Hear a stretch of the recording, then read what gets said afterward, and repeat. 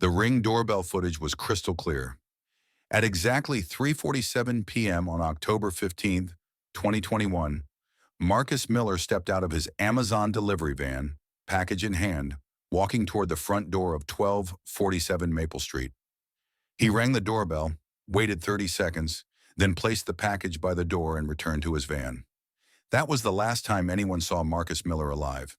But here's what nobody knew at the time, and what his family would discover 3 agonizing years later. That house on Maple Street held a secret so dangerous that witnessing it would change Marcus's life forever. And the most chilling part? 2 weeks after Marcus vanished, that house sat completely empty, as if the residents had never existed at all. What Marcus saw during those 30 seconds at the door would put him in witness protection, tear his family apart, and expose a criminal network that reached far beyond one quiet suburban street. But I'm getting ahead of myself. Let me take you back to the beginning, to a story that proves sometimes the most ordinary moments can hide the most extraordinary secrets. Marcus Miller represented everything Amazon valued in a delivery driver. For 4 years, he had maintained an impeccable record: zero customer complaints, perfect attendance, and a delivery accuracy rate that consistently ranked in the top 5% of his distribution center.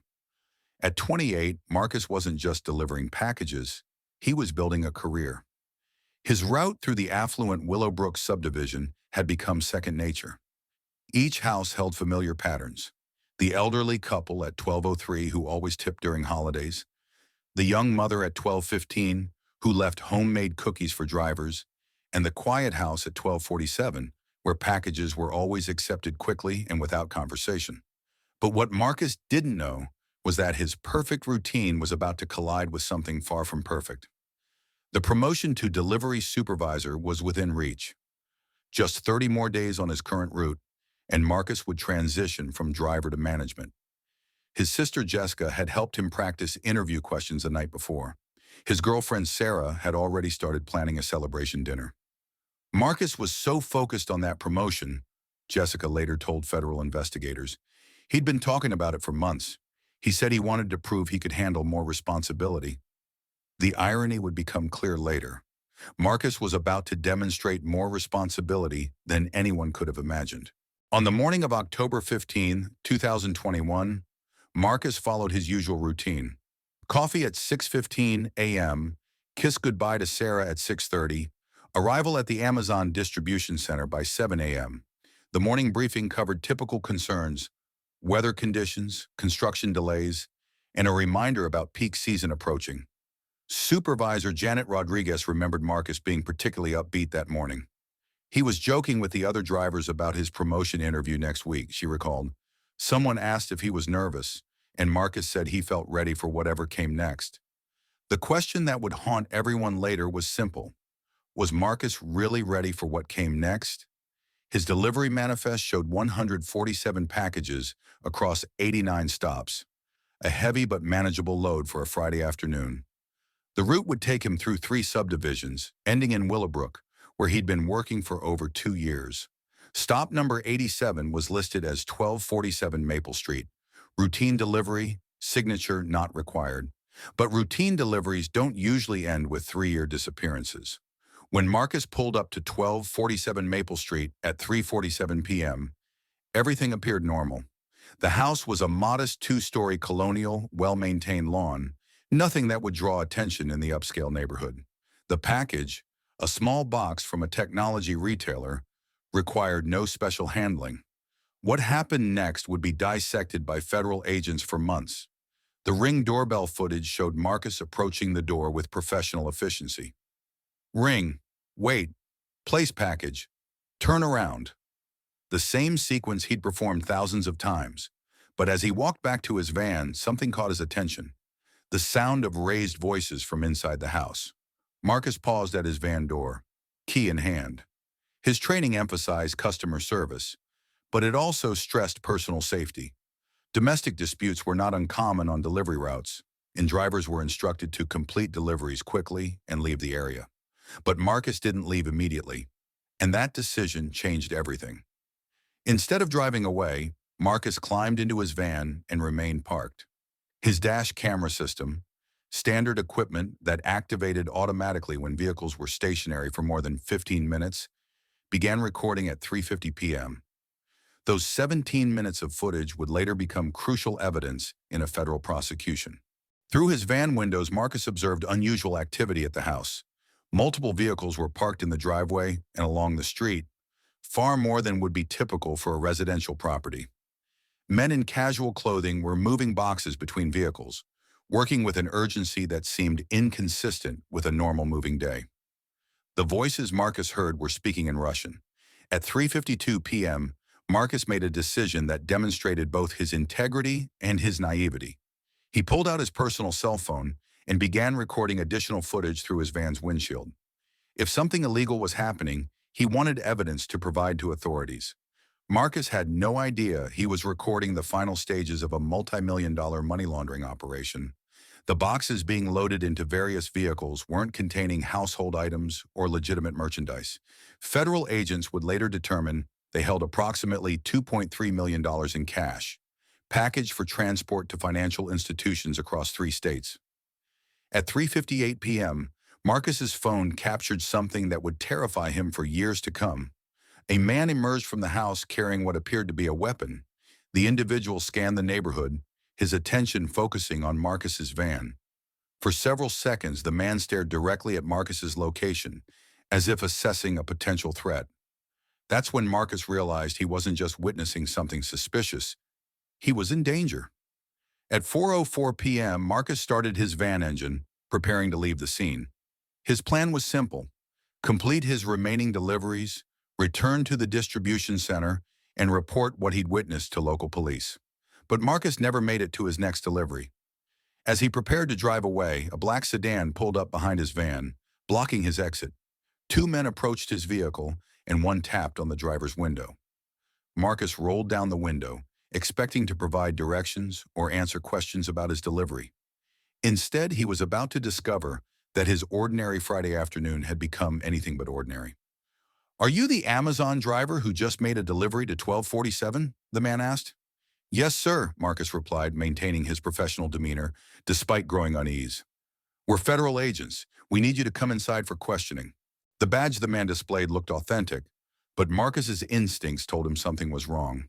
While Marcus was being led into 1247 Maple Street, his absence was already causing concern at the Amazon distribution center. Janet Rodriguez had been monitoring GPS tracking for all drivers, and Marcus's van had been stationary for nearly an hour. Highly unusual for someone with his efficiency record. At 5:15 p.m., Janet called Marcus's cell phone. No answer. By 6 p.m., Marcus should have returned to the distribution center for his end-of-shift check-in. When he failed to appear, Janet initiated company protocol for missing drivers. She contacted dispatch, reviewed his delivery manifest, and prepared to send a supervisor to his last known location. But she never got the chance to execute that plan. Sarah Miller received a call at 6:30 p.m. from an unknown number. The caller identified himself as a federal agent and informed her that Marcus was assisting with an ongoing investigation. He would be unavailable for an indefinite period, and she should not contact local police or file a missing person report. The call lasted less than 2 minutes, and Sarah was given no opportunity to ask questions. "I was terrified," Sarah later told investigators. "The man on the phone sounded official, but he wouldn't let me talk to Marcus. He said it was for national security, that I needed to trust the process." Meanwhile, something extraordinary was happening at 1247 Maple Street. Margaret Walsh, the neighbor who lived next door, noticed unusual activity beginning around 5:30 p.m. Multiple moving trucks arrived simultaneously, and men in professional uniforms began rapidly emptying the house. "It looked like a military operation," Margaret recalled. "These weren't regular movers. They worked with incredible speed and coordination, like they'd practiced this exact scenario." By 8 p.m., the house was completely empty. When Detective Ray Morrison arrived at 1247 Maple Street at 9:15 p.m., responding to Sarah's eventual 911 call, he found no trace of recent occupancy. The house was clean, vacant, and showed no signs of the day's dramatic events. But Detective Morrison's investigation would reveal something impossible. The lease for 1247 Maple Street was signed by David and Linda Henderson, a couple who had supposedly lived there for 18 months. But when Detective Morrison ran background checks, he discovered that David and Linda Henderson had never existed. Their identities were completely fabricated. The lease application contained fraudulent Social Security numbers, fake employment verification, and credit references that led to shell companies. Even the utility connections were established using stolen identities. Someone had gone to extraordinary lengths to create this fictional household. More disturbing was what Detective Morrison found in county records. The house had been purchased 18 months earlier by Riverside Holdings, LLC, a company that existed only on paper. When he attempted to trace the ownership chain, he discovered layer upon layer of corporate entities, each designed to obscure the true owners. The house at 1247 Maple Street was a front for something much larger. But Detective Morrison's investigation hit a wall when he tried to interview federal agents about Marcus's disappearance. Phone calls weren't returned, official requests for information were denied, and he was told the case involved ongoing federal matters that local police couldn't access.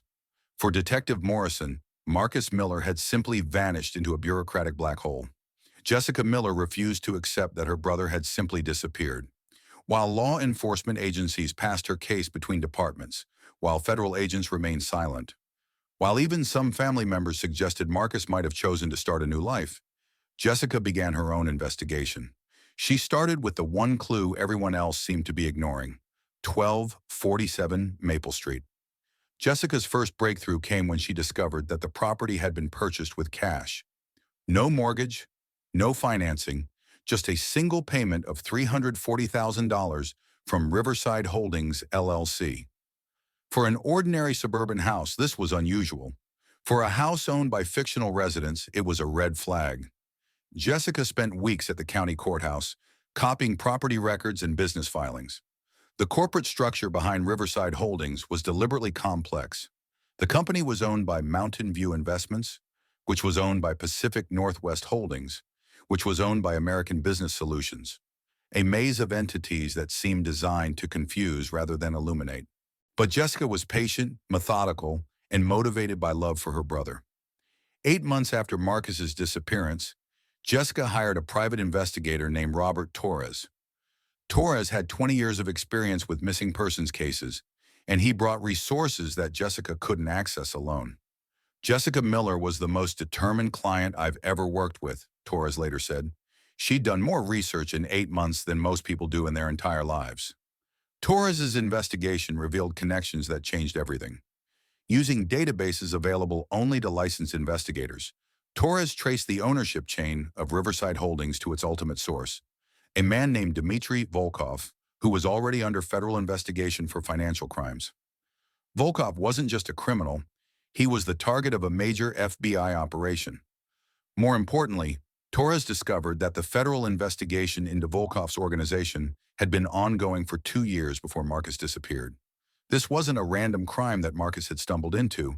It was an active law enforcement operation, which meant federal agents had known about Marcus's situation from the beginning. Jessica's reaction to this revelation was complex. Relief that Marcus's disappearance wasn't random, anger that federal agents had let her family suffer without explanation, and determination to get answers from the people who claimed to be protecting her brother. But getting answers from federal agents would prove more challenging than Jessica anticipated. When Jessica contacted the FBI field office with her findings about Dmitry Volkov and 1247 Maple Street, she was told that no agent could discuss ongoing investigations. When she mentioned Marcus's name, she was transferred to a supervisor who told her the same thing. The FBI's silence only strengthened Jessica's resolve. She began attending public meetings of the local FBI Citizens Academy, hoping to make contacts within the Bureau. She wrote letters to congressmen, seeking political pressure on the investigation. She even hired an attorney who specialized in federal transparency cases. Nothing worked. The wall of silence remained impenetrable, but Jessica's persistence caught the attention of Special Agent Catherine Liu, who had been leading the investigation into Volkov's organization. Agent Liu was impressed by Jessica's research and disturbed by her family's suffering. After 16 months of Jessica's relentless advocacy, Agent Liu made a decision that would change everything. Jessica's determination to find her brother, despite overwhelming obstacles, is exactly the kind of incredible human story that drives me to research and share these cases with you. If you're finding yourself as captivated by this mystery as I am, and you want to see more deep investigations into cases like Marcus's disappearance, please take a moment to subscribe to the channel and hit that notification bell. Your support helps me dedicate the time needed to uncover these extraordinary stories that show us what people are capable of when they refuse to give up on the ones they love. Trust me, what happens next in Marcus's story will show you why Jessica's persistence was about to pay off in ways no one could have predicted. Special Agent Catherine Liu had been tracking Dmitry Volkov's criminal organization since 2019. The investigation, codenamed Operation Clean Slate, had identified a sophisticated money laundering network that processed illegal funds through seemingly legitimate businesses across the Midwest. Volkov's organization was responsible for laundering over $47 million in criminal proceeds. The house at 1247 Maple Street served as a regional hub for the operation. The fictional Henderson family were actually Volkov associates who managed the conversion of cash into electronic transfers, making dirty money appear legitimate through a network of shell companies and fraudulent online businesses. But the operation was more sophisticated than simple money laundering. Volkov's network also provided services to other criminal organizations, human trafficking rings, drug distributors, and even terrorist financing operations. They were essentially a criminal bank, providing financial services to anyone willing to pay their fees. The FBI had been planning to shut down the entire network in November 2021. Agent Liu's investigation had identified 17 locations across 5 states, all connected to Volkov's operation. The plan was to conduct simultaneous raids on November 8, 2021, arresting key personnel and seizing financial records that would expose the entire network. But Marcus Miller's unexpected presence at 1247 Maple Street forced a dramatic change in that timeline.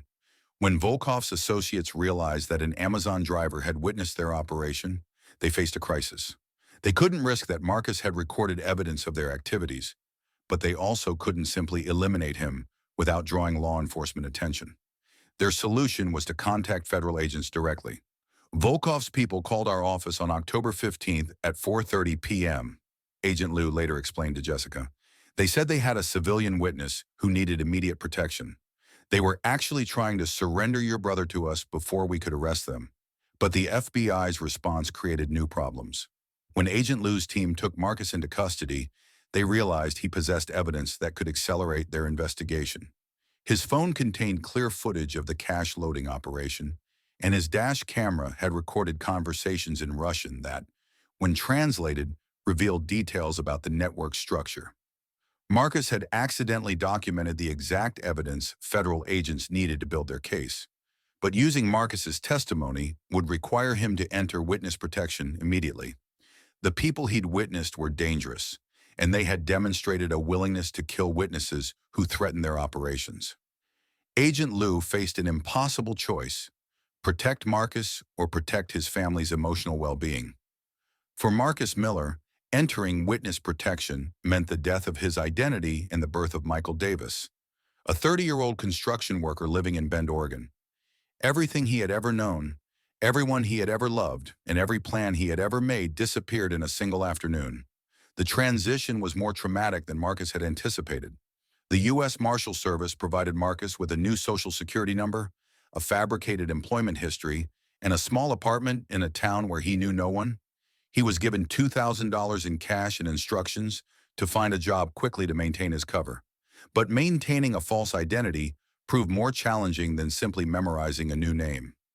Marcus struggled with the isolation. He couldn't call his sister when he felt lonely, couldn't text Sarah when he missed her, couldn't even maintain social media accounts that might connect him to his former life. The digital traces that most people take for granted had to be completely severed. The psychological impact was devastating. I felt like I was mourning my own death, Marcus later explained. Michael Davis was alive, but Marcus Miller was gone. I had to grieve for my own life while living someone else's. The Witness Protection Program provided counseling services, but Marcus found it difficult to trust therapists who were part of the same system that had separated him from his family. He battled depression, anxiety, and a constant fear that his cover would be blown. But Marcus's situation was complicated by his crucial role in the federal prosecution. Unlike many witnesses who testify about events they observed, Marcus had inadvertently recorded evidence that was central to the government's case. His phone footage and dash camera recordings were being used to build charges against 17 defendants across multiple states. This meant Marcus couldn't simply disappear until the trials were over. Federal prosecutors needed Marcus to review evidence, participate in case preparation, and eventually testify in court. But each interaction with the legal system created new risks to his safety and his cover identity. The trials were repeatedly delayed due to legal challenges from defense attorneys. What should have been a straightforward prosecution became a 3-year legal battle. Defense lawyers filed motion after motion, challenging the evidence, questioning the investigation's methods, and seeking to exclude Marcus's testimony on technical grounds. With each delay, Marcus's exile from his real life extended longer. The emotional toll was compounded by practical challenges. Marcus had been promoted to delivery supervisor at Amazon just weeks before his disappearance. That career advancement, which had represented years of hard work and dedication, was lost forever. More painfully, Marcus missed important family events that he couldn't even acknowledge.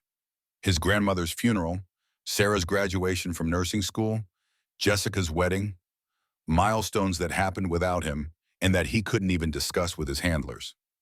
The isolation was broken only by carefully monitored communications with federal agents. Agent Liu became Marcus's primary contact with his former life. She provided updates about his family's well-being, shared details about Jessica's investigative efforts, and eventually became the conduit for the reunion that would end his exile. By March 2024, Agent Liu had watched Jessica Miller's investigation evolve from desperate family member to skilled researcher. Jessica had uncovered connections between Volkov's organization and other criminal enterprises that even federal agents hadn't identified.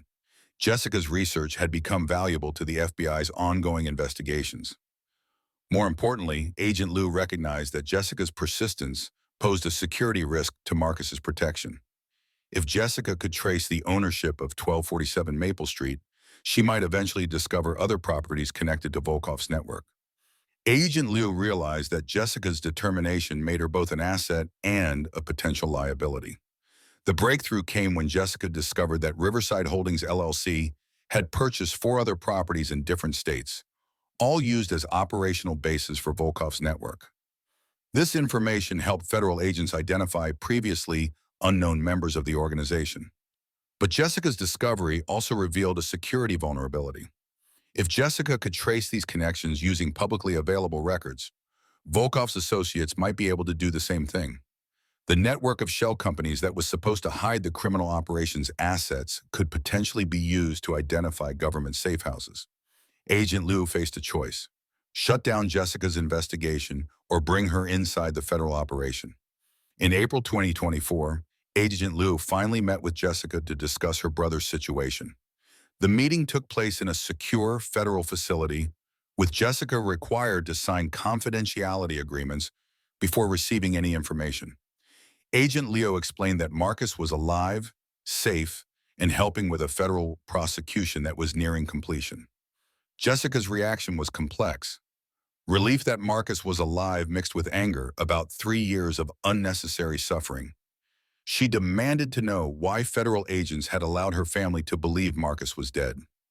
"We believed that protecting Marcus required protecting his family from the truth," Agent Liu explained. But Agent Liu also revealed information that justified the FBI's caution. Volkov's organization had killed at least 3 witnesses in other cases, using methods that made their deaths appear accidental. The threat to Marcus and his family was real and ongoing. Jessica's response surprised Agent Liu. Instead of demanding immediate contact with Marcus, Jessica asked how she could help ensure his safety. She wanted to understand the legal timeline, the remaining risks, and what needed to happen before Marcus could return to his normal life. Agent Liu was impressed by Jessica's maturity and understanding of the situation's complexity. She began providing regular updates about the case's progress and Marcus's well-being. But the most important update came in August 2020. The final defendants in the Volkov case had accepted plea bargains, eliminating the need for Marcus to testify in court. The investigation was complete, the network was dismantled, and the threat to Marcus's safety had been significantly reduced. For the first time in 3 years, Marcus could consider returning to his real life. The call came on a Tuesday morning in September 2024. Jessica was at her job as a marketing coordinator when her phone rang with a number she didn't recognize. "Jessica, it's me." The voice was familiar but different. Older, more cautious, carrying the weight of 3 years in hiding. "Marcus, oh my God, Marcus, where are you? Are you okay?" The conversation lasted only 5 minutes, but it changed everything. Marcus was calling from a secure phone at a federal facility in Chicago, where he was being debriefed before his return to civilian life. The reunion would happen in stages, first with Jessica, then with Sarah, and eventually with extended family and friends. But Marcus warned Jessica that he was not the same person who had disappeared in 2021. The reunion took place in a conference room at the Federal Building in downtown Chicago. Marcus looked thinner, older, and more serious than Jessica remembered. He wore a beard he'd never had before, and his eyes held experiences that Jessica couldn't imagine. The emotional impact was overwhelming for both siblings. "I wanted to call you every day," Marcus told Jessica, tears streaming down his face. "But they said it wasn't safe. They said the people I saw that day would hurt you if they knew you were looking for me." Jessica's response revealed the depth of her 3-year ordeal. "I never stopped believing you were alive somewhere," she said. "But I also had to prepare for the possibility that you were dead. We had a memorial service for you. I gave a eulogy for my brother who was actually safe in Oregon." The conversation revealed how much both their lives had changed. Marcus learned about Jessica's marriage to her longtime boyfriend, a ceremony that happened without him there to walk her down the aisle. He heard about their grandmother's death, about Sarah's career advancement, about family gatherings that had happened without him. Jessica learned about Marcus's life as Michael Davis, the construction jobs that barely paid his bills, the loneliness of living without friends or family, the constant fear that his cover would be blown. Marcus had aged beyond his years, developing an awareness of danger that would never completely disappear. But the most challenging revelation was about Sarah. Sarah had struggled more than anyone with Marcus's disappearance. She had never accepted that he was dead, but she also couldn't move forward with her life. The uncertainty had left her suspended between grief and hope, unable to fully experience either. "I don't know if we can just pick up where we left off," Marcus admitted. The reunion with Sarah happened 2 days later in the same federal facility. Agent Lou was present to provide support and answer questions about the transition process. Sarah's reaction was different from Jessica's. While Jessica had channeled her grief into investigative action, Sarah had internalized her pain. She had convinced herself that Marcus's disappearance was somehow her fault, that she should have done more to find him. "I thought you were dead," Sarah told Marcus. "I mourned you. I learned to live without you. And now I don't know how to learn to live with you again." The conversation was difficult, honest, and necessary. Marcus and Sarah both acknowledged that their relationship would need to be rebuilt from scratch. Too much had changed, too much time had passed for them to simply resume their previous life. But they were both committed to trying. Marcus's transition back to civilian life was more complex than simply changing his name back and returning to his old job. 3 years of witness protection had created psychological patterns that couldn't be easily reversed. Marcus struggled with hypervigilance and social anxiety. Living under constant threat had taught Marcus to be perpetually aware of his surroundings, to notice details that most people ignored, to assume that danger could emerge from any situation. These survival skills that had protected him in witness protection became obstacles to normal life. Simple activities like grocery shopping became sources of stress. Marcus found himself scanning exits, memorizing license plates, and avoiding crowds. He had difficulty making small talk with strangers and felt uncomfortable in social situations where he couldn't control his environment. But Marcus also discovered unexpected strengths.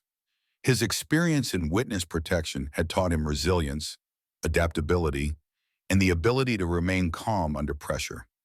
These skills were valuable in ways that Marcus was only beginning to understand. 6 months after his return, Marcus made a decision that surprised everyone. He decided to become a safety consultant for delivery companies, using his unique understanding of occupational hazards that most people never consider. His experience had taught him that ordinary service jobs could expose workers to extraordinary dangers. His first client was Amazon itself. The company was facing increasing concerns about driver safety, particularly in urban areas where crime rates were high. Marcus's insights about risk assessment and threat recognition were valuable to an organization that employed thousands of drivers. Marcus developed training programs that taught delivery workers situational awareness. He showed them how to recognize signs of suspicious activity, how to trust their instincts about potentially dangerous situations, and how to respond appropriately when they encountered problems. The training was based on hard-won experience. Marcus knew what it felt like to realize that a routine delivery had become a life-threatening situation. He understood the split-second decisions that drivers had to make, and he could teach them to make better choices. His work attracted attention from other companies and organizations. UPS, FedEx, and regional delivery services began hiring Marcus to train their drivers. Law enforcement agencies asked him to consult on cases involving crimes against service workers. Even federal agencies sought his insights about protecting civilian witnesses. Marcus found that helping others gave his ordeal meaning. "I can't change what happened to me, Theo," Marcus said during his first public interview since returning, "but I can help other people avoid finding themselves in similar situations." Jessica channeled her investigative skills into advocacy work. Her experience navigating federal bureaucracy during her search for Marcus had revealed systemic problems in how agencies communicate with families of protected witnesses. She began working with congressional representatives to reform witness protection protocols. Her advocacy resulted in the Family Notification Act. The legislation requires federal agencies to provide limited information to families of protected witnesses, balancing security concerns with basic human compassion. The law is informally known as the Marcus Miller Act, in recognition of the case that inspired it. Sarah completed her nursing degree during Marcus's absence. Her experience with uncertainty and loss had given her unusual empathy for patients and families facing medical crises. She found purpose in helping others navigate difficult situations. The couple's relationship required professional counseling and patience. They attended therapy sessions together, working through the complex emotions surrounding Marcus's disappearance and return. They had to learn to trust each other again, to share their lives after years of forced separation. But their relationship ultimately emerged stronger than before. The ordeal had tested their commitment in ways that most couples never experience. They had learned to value their connection while also maintaining their individual identities. Marcus and Sarah married in a small ceremony 18 months after his return. The wedding was attended by family, friends, and Agent Lou, who had become an important part of their extended support network. The ceremony was simple but meaningful, representing not just their love for each other, but their shared commitment to building a future together. The house at 1247 Maple Street was eventually sold to a young family. The new owners were told nothing about the property's history, and they transformed it into a warm, welcoming home. Children play in the yard where federal agents once conducted a major operation, and the Ring doorbell that recorded Marcus's final delivery has been replaced with a simple brass knocker. But for those who lived through Marcus's disappearance, the house remains a reminder. It represents the thin line between ordinary life and extraordinary circumstances, between routine deliveries and life-changing encounters. It reminds them that danger can hide behind the most mundane facades, and that heroes can emerge from the most unlikely situations. Marcus's case had implications that extended far beyond one family's ordeal. His story highlighted vulnerabilities in the witness protection system, gaps in communication between federal agencies and local law enforcement, and the need for better support systems for families of protected witnesses. The case also revealed how sophisticated criminal organizations had become. Volkov's network had successfully operated for years by hiding behind legitimate business facades. They had created fictional identities, purchased real estate through shell companies, and developed systems that made their criminal activities appear normal to casual observers. Law enforcement agencies used Marcus's case to develop new training protocols. Federal agents learned to consider the emotional impact of witness protection decisions on families, while local police received training about recognizing signs of federal operations in their jurisdictions. The case influenced policy changes at multiple levels. The Department of Justice revised its guidelines for family notification in witness protection cases. Congress held hearings about the balance between security and compassion. State and local agencies develop better coordination protocols with federal investigators. But perhaps the most important legacy of Marcus's case is the reminder it provides about ordinary heroism. Marcus Miller was not a police officer or a federal agent. He was not trained in law enforcement or equipped to handle dangerous situations. He was simply a delivery driver who made a split-second decision to do the right thing when he witnessed something suspicious. That decision cost him 3 years of his life, but it also helped dismantle a criminal network that had stolen millions from innocent victims. His 17 minutes of accidental surveillance provided federal agents with evidence they couldn't have obtained through traditional investigation methods. His willingness to testify, despite the personal cost, ensured that dangerous criminals were removed from society. Marcus's story reminds us that heroism can emerge from the most ordinary moments.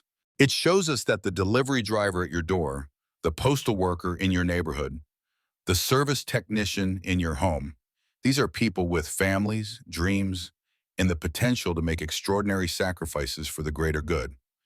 Most importantly, Marcus's story demonstrates the power of family love and determination. Jessica's 3-year search for her brother, conducted without resources or official support, ultimately helped improve the system that had failed her family. Her refusal to give up, her methodical investigation, and her advocacy for other families facing similar situations created lasting change. The next time you see a delivery driver approaching your door, remember Marcus Miller. Remember that behind every uniform is a person with a family, with dreams, and with the courage to do the right thing when it matters most. Remember that in our interconnected world, even the most routine interaction can have extraordinary consequences. And remember that sometimes the people we think we've lost are out there somewhere, fighting their own battles and waiting for the day when it's safe to come home. Marcus Miller's story ended with a reunion, but it began with a choice. The choice to stay 17 minutes longer than necessary, to pay attention when something seemed wrong, and to document what he saw even when it put him in danger. In a world that often seems chaotic and unpredictable, Marcus's story reminds us that ordinary people can still make a difference. They can still choose to do the right thing, even when it's difficult. They can still help others, even when it requires sacrifice. And they can still find their way home, even when the journey takes longer than anyone expected. That's the real truth that Marcus's family discovered after 3 agonizing years. Sometimes the most extraordinary secrets are hidden in the most ordinary moments. And sometimes the people we love most are the heroes we never knew we needed. Today, Marcus continues his work as a safety consultant, helping protect other delivery drivers from the dangers he experienced. Jessica advocates for families of protected witnesses, ensuring that no other family has to endure the uncertainties she faced. And Sarah works as a nurse, providing care and comfort to people during their most vulnerable moments. The house at 1247 Maple Street sits quietly in the Willowbrook subdivision, its dangerous secrets replaced by the laughter of children and the warmth of a family who will never know how close they live to where a hero was born. Because that's what Marcus Miller became during those 17 minutes. Not by choice, not by training, but by simply being in the right place at the right time and having the courage to do what was right. Marcus Miller's incredible story shows us that ordinary people can find themselves in extraordinary circumstances when they least expect it. His decision to stay those crucial 17 minutes and document what he saw would change not just his life, but help bring down an entire criminal network and protect countless victims. If you found this story as compelling as I did, please hit that subscribe button and the notification bell, because there are so many more untold stories like Marcus's waiting to be discovered. Stories of ordinary heroes, unsolved mysteries, and the incredible lengths people will go to protect the ones they love. But here's what I want to know from you. If you were in Marcus's position that day, sitting in your delivery van and witnessing something suspicious, what would you have done? Would you have driven away immediately to protect yourself, or would you have stayed to document potential evidence like Marcus did? And if you were Jessica, would you have had the strength to search for 3 years without giving up hope? Drop your thoughts in the comments below. I read every single one, and your perspectives always give me new insights into these incredible human stories. Your engagement helps me bring you more of these deep dive investigations into the cases that remind us how thin the line can be between an ordinary day and a life-changing moment.